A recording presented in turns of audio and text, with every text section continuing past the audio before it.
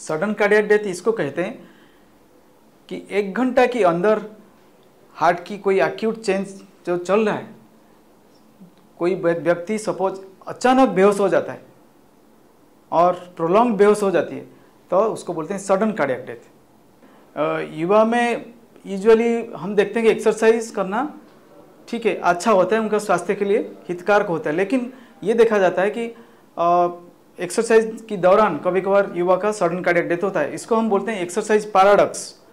कसरत करना हमारा स्वास्थ्य के लिए हितकारक है, बट रेगुलर कसरत करना, लेकिन अनट्रेंड अनकंडीशनल सपोज एक्सरसाइज कोई करता है, पर्टिकुलरली यंग एडल्ट्स, उसमें अचानक सडन कार्डियक डेथ होता है, जिसको हम बोलते हैं exercise paradox for sudden cardiac death.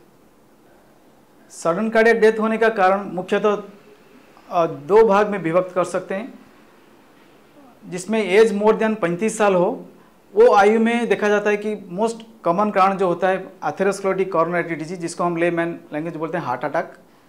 उसमें क्या होता है, जैसे कोई सडनली एक्सरसाइज करती है, हमारा शरीर में कैटेकोलामिन बढ़ती है, मीन्स एड्रेनलिन और एड्रेनलिन सब चीज़ बढ़ते हैं। उसमें क्या होता है, जो हार्ट की आर्टरी के अंदर जो छोटे छोटे रुकावट रहता है, जिसको बोलते हैं हम प्लाक, उसमें पर्टिकुलरली जिसमें कोलेस्ट्रॉल रिच होते हैं, तो कैटेकोलामिन जब बढ़ता है, वो कभी कभार वो प्लाक फटाने का रिस्क रहता है। वंस वो प्लाक फट जाता है तो उसमें क्लट बन जाता है और तुरंत हार्ट की आर्टरी ब्लॉकेज में आ जाते हैं, जिसको हम बोलते हैं मायोकार्डियल इंफार्क्शन और हार्ट अटैक।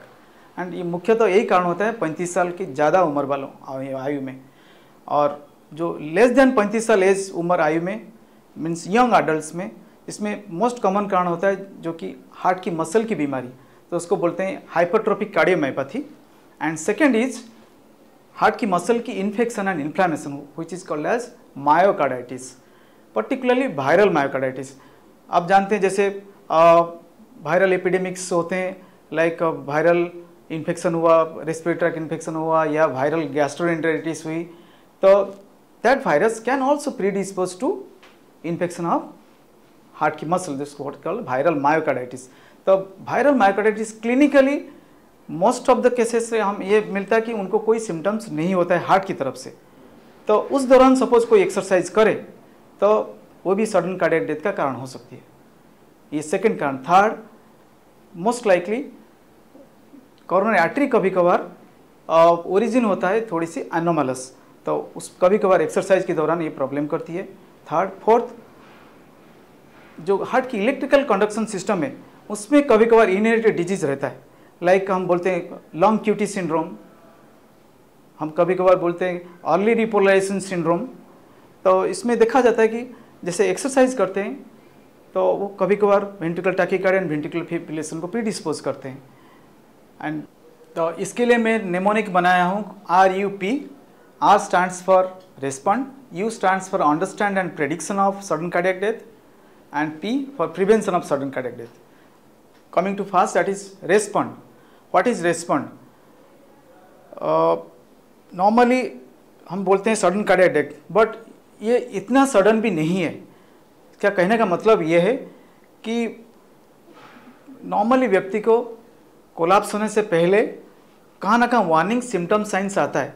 75% केसेस में early warning symptoms and sign आता है, कुछ कुछ स्टडी में ऐसे बोला जाता है। तो क्या होता है early signs and symptoms, warning signs and symptoms? They are chest pain, श्वास चढ़ना, चक्कर आना, कभी कभार बेहोश हो जाना, कभी कभार नज़िया लगना, उल्टी लगनी, तो ये होता है early warning signs and symptoms.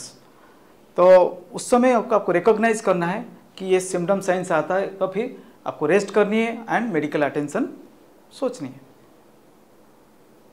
तो वंस कोई कोलैप्स होती है तो उसमें सबसे इम्पोर्टेंट होता है कि बाईस्टैंडर मीन्स उनके पास जो खड़े रहते हैं, normally they are usually layman. तो यूजुअली हमारी सोसाइटी में सब CPR सीखना चाहिए, what is called cardiopulmonary resuscitation. तो उसको थोड़ी सी प्रमोट करना चाहिए। ये खुशी की बात है, अभी इंडियन रेड क्रॉस सोसाइटी अभी प्लेस किया है कि 1 लाख लेमैन इन गुजरात वो ट्रेनिंग देंगे, CPR ट्रेनिंग, बहुत ही अच्छा चीज़ है। एंड सेकेंड इज आजू बाजू में कहाँ ना कहाँ डिफिब्रिलेटर जो बोलते हैं डिफिब्रिलेटर मशीन होनी चाहिए जिसमें आपको डिटेक्ट करना है और शक देना है। Second and third and important is some digitalize technique करनी चाहिए, डिजिटलाइजेशन टेक्निक करनी चाहिए कि व्यक्ति को पता नहीं चलता जब तक वो न गिरे, तब तक पता नहीं चलता कि कब वो गिरेगा। तो नॉर्मली ठीक है, it's a sudden cardiac death, but it's not that sudden as it is typical defined. Means कहने का अर्थ ये कि कहाँ ना कहाँ व्यक्ति को early warning signs and symptoms होती है। अर्ली वार्निंग साइंस क्या होती है? चेस्ट पेन, श्वास चढ़ना, चक्कर आना, कभी थोड़ी थोड़ी बेहोश हो जाना और सामने अंधेरा आना, और कभी नजिया होनी पेशेंट को, या फिर उल्टी होनी, ये सब बोलते हैं वार्निंग साइंस एंड सिम्टम्स। देखा जाता है कि 75% केसेस में usually early warning signs and symptoms आती है बेहोश होने से पहले। तो उसको पहले पकड़नी है और उस समय आराम करना है और मेडिकल अटेंशन ढूंढना है। और उसमें नेक्स्ट सपोज ऐसे किसी को लगा कि ऐसे कुछ उसको सिम्टम साइंस होता है, पर्टिकुलरली जो बाई स्टैंडर्स होते हैं उनको बोलना चाहिए यस उनको ऐसे कुछ ट्रबल है, then you can seek for 108 medical assistant service, EMS service.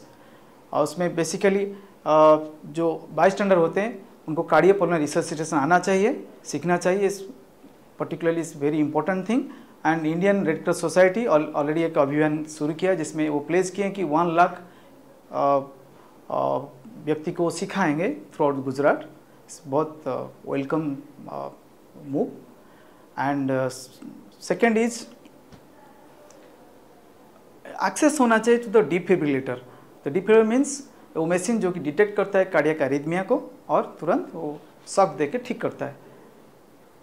Then comes you means understand and predict who will develop sudden cardiac death. किसको होगा sudden cardiac death is very important.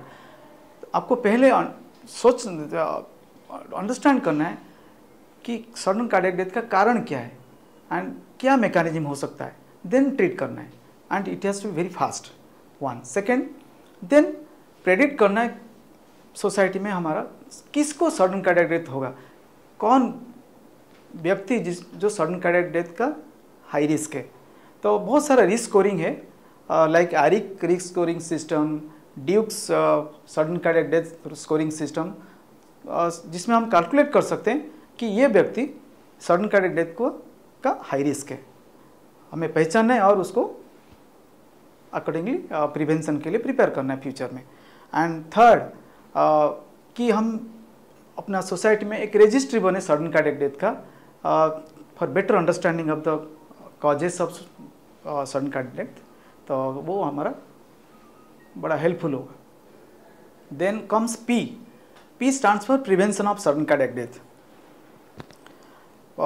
Basically देखेंगे हमारी समाज में हम सब ये सडन कार्डियक डेथ प्रिवेंशन के लिए स्टॉक होल्डर्स है। तो हमारी सोसाइटी में ये एक डिबेट होना चाहिए, एक पब्लिक पे एक पॉलिसी होनी चाहिए, एक पब्लिक अवेयरनेस होनी चाहिए हमारा समाज में regarding this sudden cardiac death disease prevention. तो हम किसको करना है sudden cardiac death disease prevention, who are at risk of developing sudden cardiac death. तो हमें उनको आइडेंटिफाई करना है। तो most common sudden cardiac death victims कौन होते हैं, जो कि एक बार जिसको पहले हो चुका है, जो बच गया है, 1 second family members of that sudden cardiac death victim. ये देर 2 ग्रुप्स जो एट रिस्क इंडिविजुअल हम बोलते हैं फॉर सडन कार्डियक डेथ, उनको पहले पहचानना है। और तो बेसिकली उनको कार्डियोवास्कुलर एग्जाम एक कॉम्प्रिहेंसिवली करनी है, का ECG, इको, ट्रेडमिल टेस्ट, ये सब चीज़ देखना है। दैन एक्सरसाइज फिटनेस उसको इवैल्यूएट ऑल्सो करनी है। जो वार्निंग सिम्टम्स एंड साइंस को इग्नोर नहीं करना है, ये डिनाइल में नहीं रहना कि ये सब सिम्टम्स हो रहा है, कुछ नहीं है, ऐसे अननेसेसरी फिर सडन कार्डियक डेथ का शिकार होती है। देन आपकी जो कार्डियो मेटाबॉलिक रिस्क फैक्टर्स है, जिसको डायबिटीज़ है, BP है, स्मोकिंग है, अल्कोहल है, and particularly substance abuse like those who are taking drugs, cocaine like, ये सब अवॉइड करनी चाहिए। एक हेल्दी लाइफस्टाइल अडॉप्ट करनी चाहिए। एंड स्ट्रेस से very important is stress. Mindfulness practice करना चाहिए मेंटल स्ट्रेस को कम करने के लिए। माइंडफुलनेस क्या होता है कि कैसे डे टू डे लाइफस्टाइल में जो हमारा इमोशनल रिस्पॉन्स आते हैं, बिहेवियर रिस्पॉन्स आते हैं, हम उसको कैसे कंट्रोल करें सीखें। ये वेरी इंपॉर्टेंट माइंडफुलनेस। वो कैसे होता है जानते, ट्रेडिशनल हमारा meditation, yoga and pranayama and साथ साथ बिहेवियरल थेरेपी, ये बहुत इंपॉर्टेंट है for prevention of sudden cardiac death.